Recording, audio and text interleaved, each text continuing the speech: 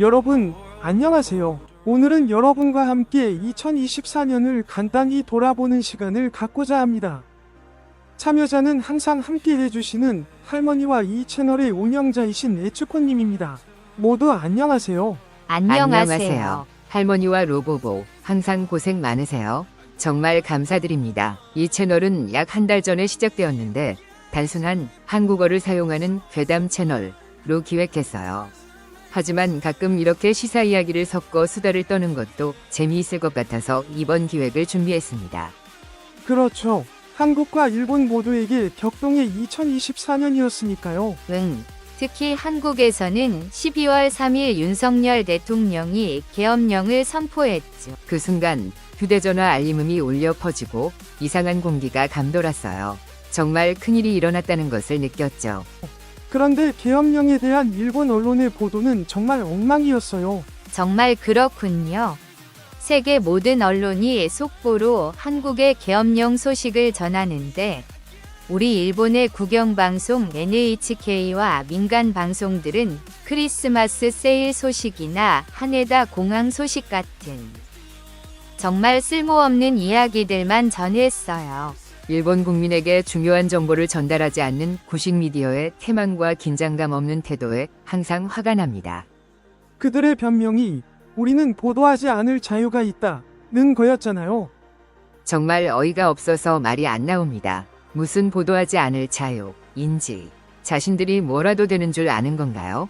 국가에서 공공전파를 사용할 권리를 부여받고는 보도하지 않을 자유라는 명목으로 국민에게 국가의 위기 상황조차 전하지 않고 이웃 국가의 긴급 상황도 보도하지 않는 태도가 너무나 심각합니다. NHK 같은 경우 시청자들로부터 수신료를 받고 있으면서 이런 오만한 태도를 보이는 건 정말 문제입니다. 이건 그들이 일본을 비하하려고 오랜 기간 의도적으로 계획적으로 해온 행동이라고 봅니다. 일본 국민은 이런 미디어의 반국가적, 반국민적 태도에 더 분노해야 합니다. 일본에서의 대사건이라면 1월에 있었던 노토반도 지진이겠죠. 그 이후 1년이 다 되어가는데도 일본 정부의 무성위함이 심각합니다. 복구가 제대로 이루어진 것이 없어요. 아직도 수도 공급이 복구되지 않은 지역이 있다는 걸 보면 정말 충격적이에요. 무슨 근대 국가라는 말이 무색합니다. 최근에서야 국회에서 제대로 된 예산이 책정된 것 같더군요. 기시다 전 총리는 해외에는 돈을 뿌리면서도 일본인을 돕기 위해 돈을 쓰는 것을 싫어했어요.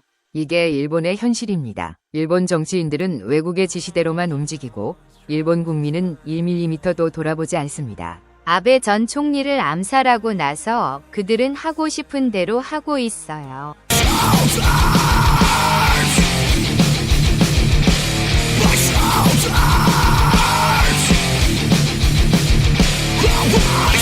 그럼 올해 있었던 사건 중 또 생각나는 게 있나요? 너무 많아서 기분이 나빠질 것만 같아요. 하하하. 예를 들어 정치 자금 파티의 비자금 문제. 얼마 전 검찰청은 이 더러운 정치인 65명을 전원 불기소 처분했죠. 도대체 일본은 어떻게 된 건지 모르겠네요. 범죄자가 불기소되는 일이 계속되고 있습니다. 불기소라고 하면 불법 이민자 문제가 떠오르네요. 그들이 일으킨 성범죄 사건을 비롯한 여러 사건이 거의 다 불기소되고 바로 석방되며 재범 후 또 석방되는 정말 끔찍한 일들만 벌어지고 있습니다.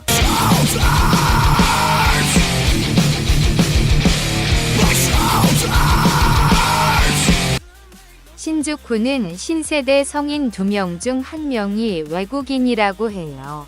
제일 중국인도 전국적으로 100만 명 이상이라고 한다. 깜짝 놀랐어요. 일본인은 잘 모르지만 이미 일본은 이민 대국입니다. 세계 4위. 그런데도 미디어는 일본이 폐쇄적이고 외국인을 받아들이지 않는 차가운 나라라고 계속 보도하고 있어요. 매일 터무니없는 거짓말만 하고 있죠. 이게 좌파 미디어의 방식이에요. 일본 일반인도 그런 미디어에 세뇌당한 사람이 많습니다. 이대로 저출산이 계속되고 불법 이민자가 설치면서 폭동이 일어나거나 그들이 정치운동을 통해 참정권을 빼앗는다면 이 나라는 더 이상 일본인의 나라가 아닐 겁니다. 네, 맞습니다. 정치인이 싸울 의지가 전혀 없으니까요. 불법 이민자에게 점령당한 사이타마현 가와구치시를 봐도 누구도 정치인은 일어나 싸우려 하지 않습니다. 일본에 쿠르드 왕국을 세우겠다. 고 쿠르드인이 선언했잖아요. 한국인들은 제발 조심했으면 좋겠다. 이민자들로 인해 나라가 번영하는 것은 엄격한 통제가 있을 때만 가능하니까요. 일본을 괴롭히는 건 쿠르드인만이 아니니까요. 큰 문제입니다. 이대로라면 일본이 앞으로 10년은 버틸 수 있을까요? 조상님들께서 남겨주신 나라를 이렇게 만들다니 안타깝습니다. 곧 일본이라는 나라는 사라질 것이라고 일본인은 각오해야 할 거예요. 슬프지만 저는 그렇게 생각합니다. 국기도, 국가도, 일본어도 없어질 거예요. 저는 외국인이 싫다기보다 일본을 지키지 않는 일본의 어른들이 싫어요. 거세된 일본인을 가장 혐오해요. 한국인이라면 분명 싸울 거죠. 자기 마을에 모스크를 함부로 짓지 말라. 나든지 무슨 토장이냐. 나든지 우리 마을 여자를 건드려. 이 자식 같은 반응이겠죠.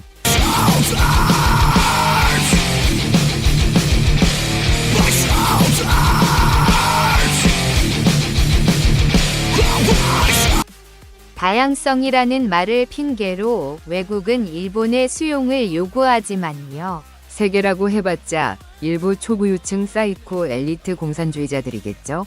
하하하. 아, 너무 많이 얘기하면 유튜브에서 정지당할 테니 무서워요. 후후후. 네, 그렇습니다. 각국의 전통 문화를 파괴하고 개성을 빼앗아 번호를 매기고 노예화하려는 이 초부유층 엘리트들. 생각하는 것이 바로 독재 공산주의입니다. 하하. 그렇죠. 그게 전 세계를 지배하기 쉽기 때문이죠.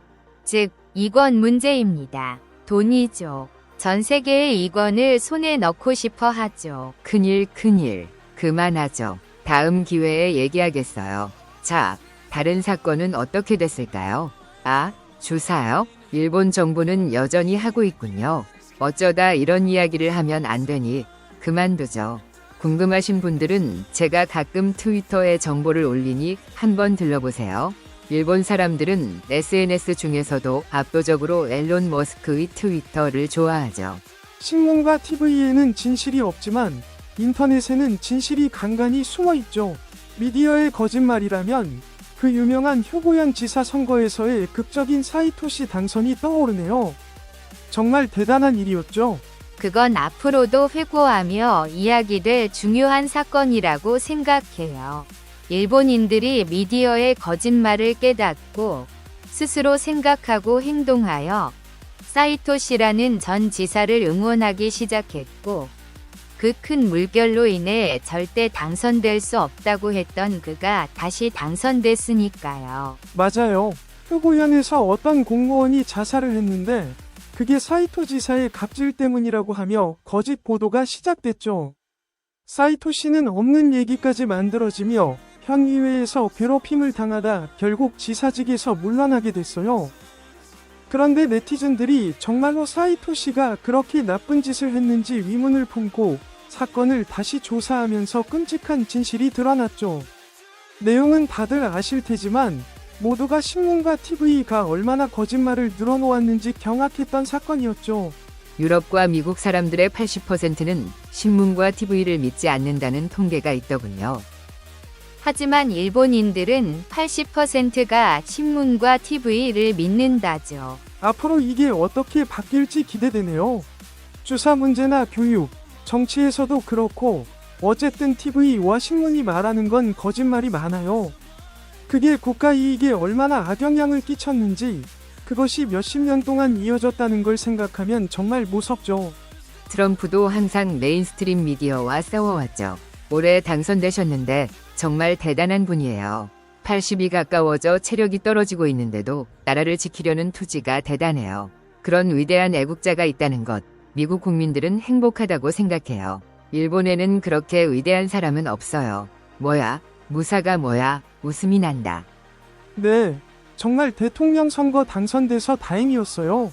저도 기도하는 마음이었죠. 일본은 미국의 하수인이니까 뭐든 미국이 시키는 대로 움직이잖아요. LGBT도 주사도, 환경 비즈니스도, 이민도 정말 싫었어요.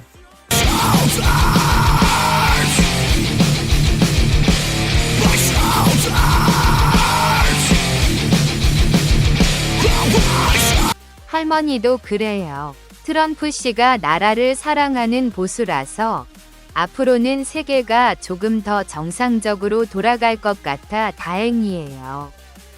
역사에 남을 위대한 대통령이 될 거라 생각해요. 앞으로의 4년 동안 세계 각국이 자국 우선주의를 가지게 되고 자국의 자부심을 가지며 교육을 바로 세우고 범죄자를 나라에서 쫓아내는 건전한 국가가 되었으면 해요. 바이든의 4년은 정말 끔찍했죠. 현재 일본 정부는 트럼프 씨가 가장 싫어하는 국가 파괴자 쪽에 있는 세력이니까 다시 말해 전 세계에 있는 글로벌리스트들의 하수인입니다. 그래서 현실적으로 내년부터 일본 정부는 매우 어려운 상황에 처할 거라고 생각합니다. 자업자득이니 어쩔 수 없겠죠. 국민을 끊임없이 착취하는 일본의 관료들과 정치인들은 무능하고 무책임하며 너무나 부패했습니다. 다양성이란 이름으로 자국민을 괴롭히는 건 좌익이 제일 잘하는 일이니까요. 정말 미친 정책들이었죠. 내년에 트럼프 대통령이 취임하겠지만 그 전에 윤 대통령이 계엄령을 발동한 건 트럼프 대통령과 뭔가 연계된 움직임일까요? 글쎄요, 잘 모르겠네요. 연락을 하고 있을 가능성도 있겠지만요. 바이든 씨는 나는 아무것도 듣지 못했다고 했다던데. 하하하. 그만두는 사람한테 말해봤자 소용없겠죠. 하하하. 윤 대통령의 계엄령 발표를 들으면서 한국이 정말 심각한 상황까지 왔다는 걸 알고 너무 놀랐어요. 저도 정말 깜짝 놀랐어요. 일본 보수 농객들은 이런 한국의 심각한 상황이나 윤 대통령의 진위를 이해하지 못하고 그저 한국은 어리석다거나 민주주의를 모르는 국민이라고 비난하는 논조가 많았어요. 일본 언론은 좌익이라서 보수 성향의 윤 대통령을 그저 깎아내리는 보도만 하고 있죠. 인터넷 중독에 빠져 음모론에 빠진 사람이라는 식으로요. 그런 걸 자신만만하게 떠드는 텔레비전 앵커들을 보고 있으면 정말 화가 나더라고요. 국정이 친북 정치가들의 파괴 공작으로 인해 이제 어떻게 해볼 수 없는 마비 상태에 이르렀으니 국민들이여 깨어나라라는 윤 대통령의 메시지가 계엄령으로 표현된 거잖아요. 게다가 국회에 투입된 군대에는 미리 무기 사용 금지를 명령했으니 대통령은 분명히 신중하게 배려했다고 생각해요. 계엄령이 발동됐을 때 심지어 보수 성향의 한국인 유튜버들조차 윤 대통령을 미쳤다고 했죠. 계엄령이라면 바로 떠오르는 게 광주 사건 같은 비극적인 사건이잖아요. 한국 사람들 마음속에 공포의 이미지로 깊이 새겨져 있어서 계엄령을 내리는 사람은 악마라는 사고가 되는 거겠죠.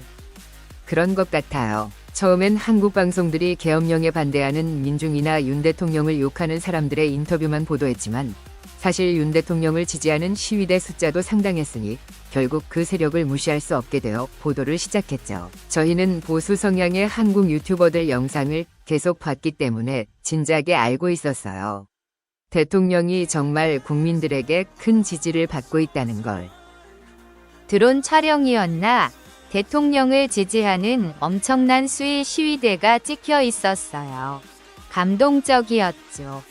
제가 궁금한 게 있는데 윤석열 총장이 대통령 특수활동비까지 제로화되고 관료들도 줄줄이 탄핵당하고 이렇게까지 공지에 몰렸다는 사실을 한국 국민 여러분은 알고 계셨나요? 과연 어땠을까요? 저도 자세한 것은 잘 모르겠네요. 이번 사건, 지식의 칼이라는 한국 유튜버가 정말로 설득력 있는 의견을 펼쳤었죠. 저는 한글 실력이 부족해서 번역에 의존해 그의 이야기를 이해했지만 그는 이렇게 말했어요. 윤 대통령의 개혁과 정책에는 항상 정치가 생략되어 있었습니다. 그는 의견을 수렴하고 조율하며 타협하고 여론을 설득하는 것도 없이 갑작스러운 결정을 내렸습니다. 어느 날 갑자기 발표하고 나라의 썩은 부분을 자신이 잘라내겠다고 선언해버린 겁니다.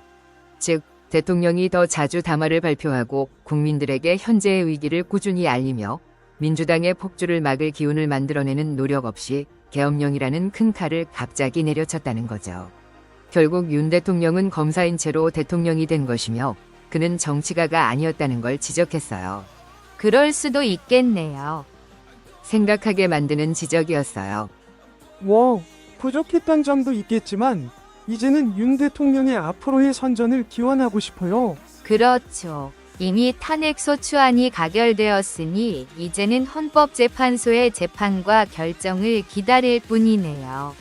만약 탄핵이 결정된다면 이재명 대통령이 탄생하는 건가요?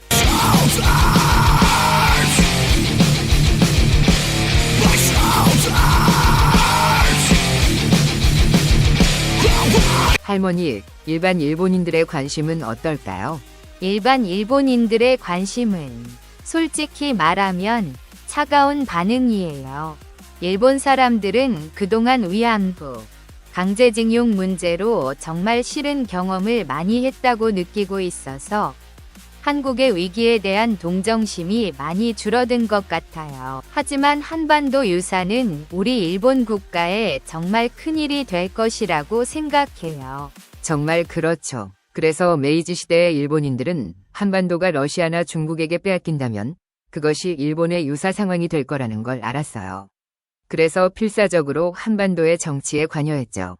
후쿠자와 유키치도 사제를 털어 한국에서 우수한 인재들을 유학생으로 받아들이고 정말 많은 일본 재계와 정치인들이 한반도가 적화되지 않도록 애썼죠. 어쨌든 2024년은 격동의 해였어요. 2025년은 어떤 해가 될까요? 한국과 일본이 서로 좋은 긴장 관계를 유지하며 공산주의화되지 않고 서로의 나라를 발전시켜 나가길 바래요. 그리고 미디어의 거짓말에는 주의해야 해요. 미디어가 한 방향으로만 보도하기 시작하면 냉정하게 멈춰서 생각해 보는 것이 필요하다고 생각해요. 자, 이제 시간이 되었습니다. 에츠코 씨, 하모니 씨, 오늘 정말 감사합니다. 한국인 여러분, 힘내세요. 아름다운 나라를 공산주의자에게 넘겨서는 안 된다. 파이팅! 새해 복 여러분, 많이 새해 복 받으세요. 많이 많이 받으세요. 받으세요.